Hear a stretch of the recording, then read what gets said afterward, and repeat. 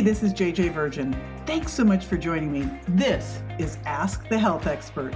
In each episode, I put the power of health in your hands and share ways to get healthy, lose weight, heal your gut, detox, and lots more, so you can look and feel better fast. If you'd rather watch the video, hey, I did put on my makeup and do my hair, so check it out on my YouTube channel.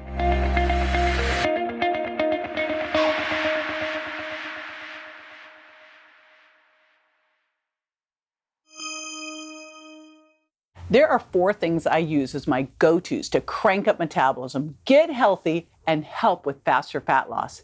And they may surprise you, but the results won't. If you want to keep up with things that will help you get healthy and then bonus, lose weight and keep it from coming back, I'll make sure you don't miss out. Just hit like and subscribe to this channel and you'll be good to go. So metabolism. Now you can't have a conversation about health and weight loss and getting healthy without talking about metabolism. Let's jump into my 4 tried and true strategies to boost your metabolic rate to help you heal and drop the pounds. Now first, let's talk about what you eat and drink. Quality matters. The quality of the food you eat directly affects everything about the way your body functions, including your metabolism. After all, you are what you eat, and you are what you ate. Meaning, if you are eating animal products and those animals were fed garbage food, guess what you're getting? Now, even if you think you eat well, you may not be eating foods that can actually support your metabolism, help you get healthy, and help you lose weight. To make that happen, you need to eat thermic. The thermic effect of food means that the food takes a lot of energy to metabolize. Thermic foods help you rev up your metabolism, have more energy, think more clearly, reduce your risk of disease, and improve your digestion. They also keep you full and burn more calories. So when you eat more of these foods, it makes it easier to burn fat and lose weight, or at least not to gain it. And the good news gets better because the thermic effect is energy burned above and beyond your basal metabolic rate. And basal metabolic rate is the amount of calories your body uses if you're at total rest, you're doing nothing. So you may not know this, but there's a hierarchy of macronutrient breakdown. When you eat, your body starts digesting first by digesting alcohols, then protein, then carbohydrates, and then finally fats. Now, when you eat a mix of all the macros, protein, carbs, and fat, your body might burn anywhere from 5 to 15% more energy to digest your food. Woohoo! So this means you can't get away with grazing all day long to keep your metabolism high because that thermic effect of food is the same no matter how often you eat. All that matters is how much and when you eat and the balance of macronutrients you consume. So if you were doing this whole thing, I'm going to eat all day long to keep my metabolism high. Nope. That is not what the research shows. It's actually the plate that you're eating, that protein, fat, and carbs, that makes the difference. Okay, so if you're thinking now, I could boost fat burning just by eating more foods with high thermic effect, yep, that's the right answer. If you're eating a lot of foods that trigger thermogenesis, you're increasing your calorie burn. And that can give you the weight loss jumpstart you've been looking for. So what are some of the best thermic foods you can eat? Here goes. Number 1, protein. This by far is definitely number 1. Here's what I want you to think of. When you're thinking protein, I'm really talking about clean, lean animal protein here. Wild fish, pastured pork and chicken, grass-fed beef and lamb, bison, veal, these types of things. And again, the operative word here is clean. You are what you ate. But we know that protein is the most thermic of all of the macronutrients. Next, you may not think too much about what you drink, but here's what's crazy. Water can have an amazing impact on your metabolism. There have been a lot of studies on water and weight loss and whether it boosts your metabolism. Well, it turns out the legend of cold water burning more calories versus warm waters is a myth. But one study showed that drinking 500 milliliters of water, didn't matter about the temperature, increased metabolic rate by, wait for it, 30%.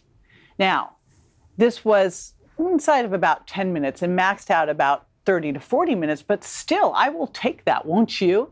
Now, no matter what you drink, drinking water raises your resting energy. And here's what's also important. If you are just mildly dehydrated, even 1%, it can raise stress hormones. So water is so key to do, and that increase in your metabolic rate just by drinking water could be an easy way to beat back weight gain. And it's also great for detoxification too.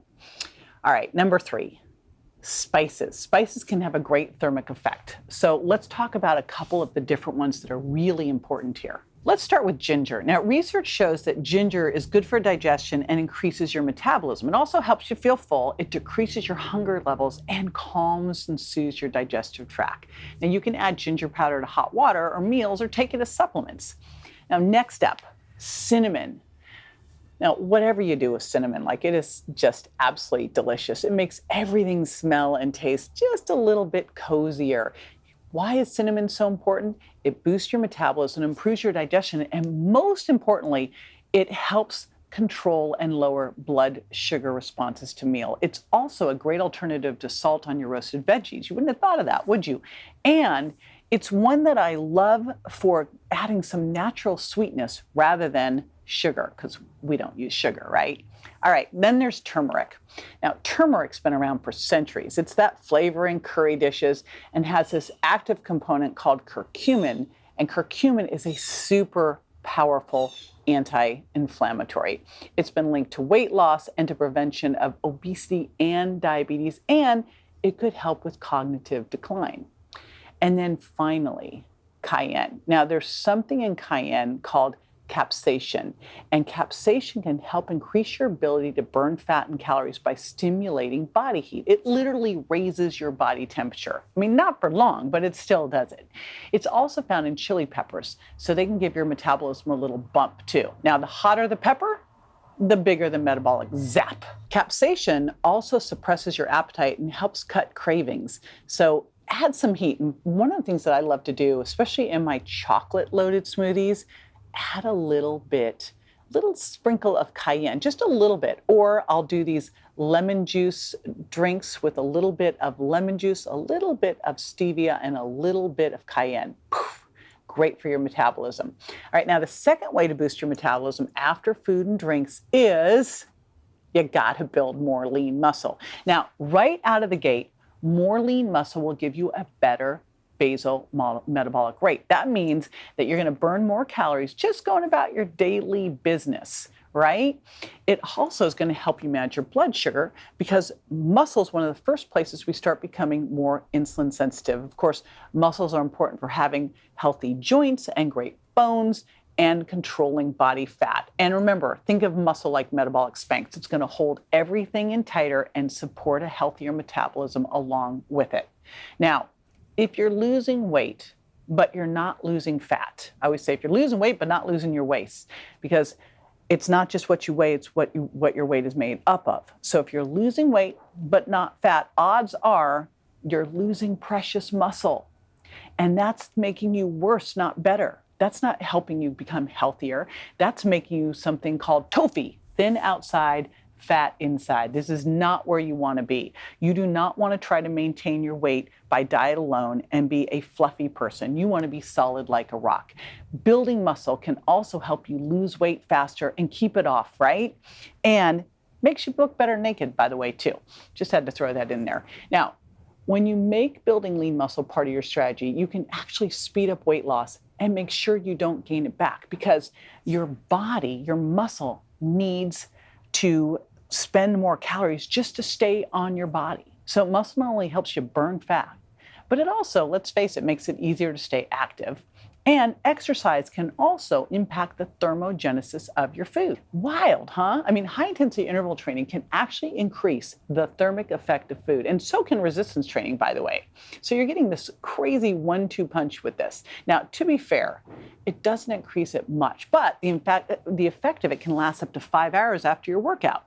So if you're working out and then you have a highly thermic food afterwards, like say maybe a little protein smoothie, a loaded smoothie after your workout, not only will that that protein help you repair muscle, it will also give you that extra bang for your buck and maximize fat burning. So the best exercises for this, resistance training, obviously. You want to lift weights. That's the single best way to build more muscle. And high intensity interval training, which elevates growth hormone.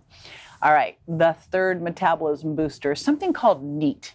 NEAT stands for non-exercise activity thermogenesis. You've been seeing me do it right now. If you see me like fidget, move, blah, blah, blah, that's NEAT. It's the energy we burn for everything that's not sleeping, eating, or exercise. It's the walking, the talking, the taking the stairs, the parking farther away, the standing instead of sitting, fidgeting, yard work. It all counts. And while it may not seem like a lot, it turns out that NEAT can have a big impact on your metabolic rate and calorie burning.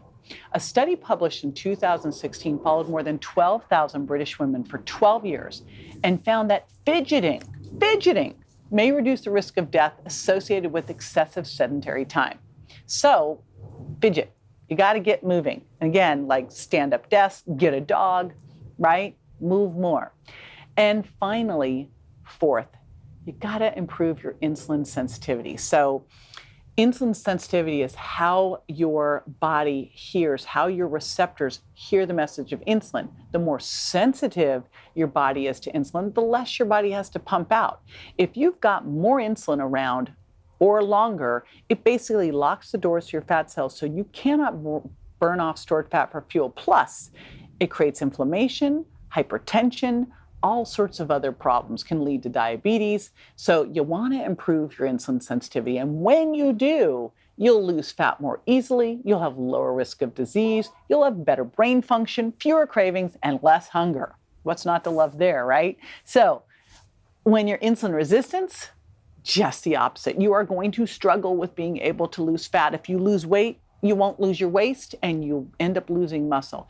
That's because, again, when insulin's high, you're more likely to store calories and fat, less likely to burn them. You cannot use stored body fat for fuel easily. This is not the way that we want to be. Plus, you also get hit with cravings and hunger because, again, you can't access that stored fat for fuel. Now, you're probably wondering, now that I've said this, well, how do I become more insulin sensitive? Great question. Number one, biggest thing is sleep. In fact, even one poor night of sleep makes you more insulin resistant. Of course, the longer it goes, the worse it gets. So sleep is key, critical. 7 to 9 hours of quality sleep a night. That's why you want to make sure that you track it, what you measure, monitor, you can improve, that you're getting that deep sleep. Super important. Exercise, of course, building that muscle. One of the first places you can start to restore insulin sensitivity is in your muscles. That is one of the key things that exercise does for you. And number 3 is lowering stress.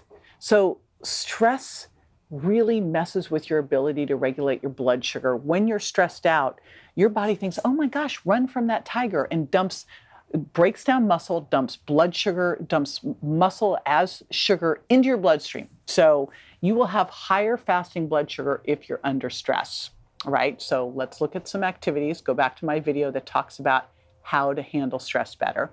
And then you got to lose a few pounds. Now, again, I always talk about how you need to get healthy to lose weight, not the opposite. And I know that's what you're trying to do in the first place. But as you do lose belly fat, which is why you always want to take your waist measurements, that's going to help you improve insulin sensitivity. Okay, so super important as you're losing weight to make sure that you're losing your waist so that you will become more insulin sensitive and lower your risk of diabetes. 5, you're going to want to eat more soluble fiber. Now, most of the things that you're going to eat high fiber, lentils and nuts and avocados, they have a blend of both insoluble and soluble. The soluble is key here because it improves insulin sensitivity while helping feed the good bacteria in your gut. So think about all the different things that you eat when you're eating by the plate of protein, healthy fats, and then fiber from plants that's going to be helpful here. And speaking of plants, we want to make sure that you're getting all the colorful fruits and veggies to your diet. You know, they say eat by the rainbow. Why? And I'm not talking Skittles or M&Ms. You eat by the rainbow because each of those different plants, blueberries and red peppers and red onions, and avocado, all of those different colors actually have different plant nutrients, phytonutrients, antioxidants, and they all have different incredible functions that help heal your metabolism. Obviously, I'm going to tell you to cut down on the sugar impact. Remember, all carbs except fiber turn into sugar. So we are really trying to make sure that we're making sugar slowly from the foods we eat rather than mainlining it. So we're going to take that down, because one of the fastest ways to become more insulin resistant is to crank up the carbs and sugar, because when you do that, your body is going to raise its blood sugar and raise insulin. So let's cut that way down. Now, supplements that can help here. These are called the 4 horsemen of blood sugar balance. These important minerals that should be in your multi that you're taking: chromium, magnesium, zinc, and vanadium. Now, you're going to want to take extra magnesium. You're not going to get enough in your multivitamin. For that, I take 3 before bed. And then, of course, optimizing your vitamin D. We check 25-hydroxy vitamin D. And you're going to want to optimize vitamin D, take D3 with K1 and 2. That is super important for insulin modulation. So really key critical. Fish oil helps restore insulin sensitivity, as does lipoic acid. And berberine is super important for blood sugar control. So all of these can make a major, major difference here as well. Now, here's a couple other little fun one-offs. Cinnamon, like, who hates having to add cinnamon to things? You can throw it into your loaded smoothie, you can put it into your coffee, you can put it on oatmeal. Cinnamon's great for blood sugar control, helps lower the blood sugar response to a meal. Same with lemon. So putting a couple tablespoons of lemon juice in water before a meal can help lower the blood sugar response to meals. Same with apple cider vinegar. You can either use vinegar in salad dressings or take 2 tablespoons, put it into green tea before a meal. And speaking of green tea, I love green tea for helping with insulin sensitivity and blood sugar control. And it's also great for your gut microbiome and restoring the good bacteria in your gut. All right, and these are all easy ones. Who wouldn't love those ones? All right, there you go. Now, I hope you got some good tips on this video for boosting your metabolism and keeping it healthy. And don't forget to like and subscribe this so that you keep the healthy lifestyle tips coming. See you next time. For more info on this and other health topics I cover, or to rate and review, find me on Instagram, Facebook, and my website, jjvirgin.com. And don't forget to subscribe to my show so you won't miss a single episode. Go to subscribetoJJ.com.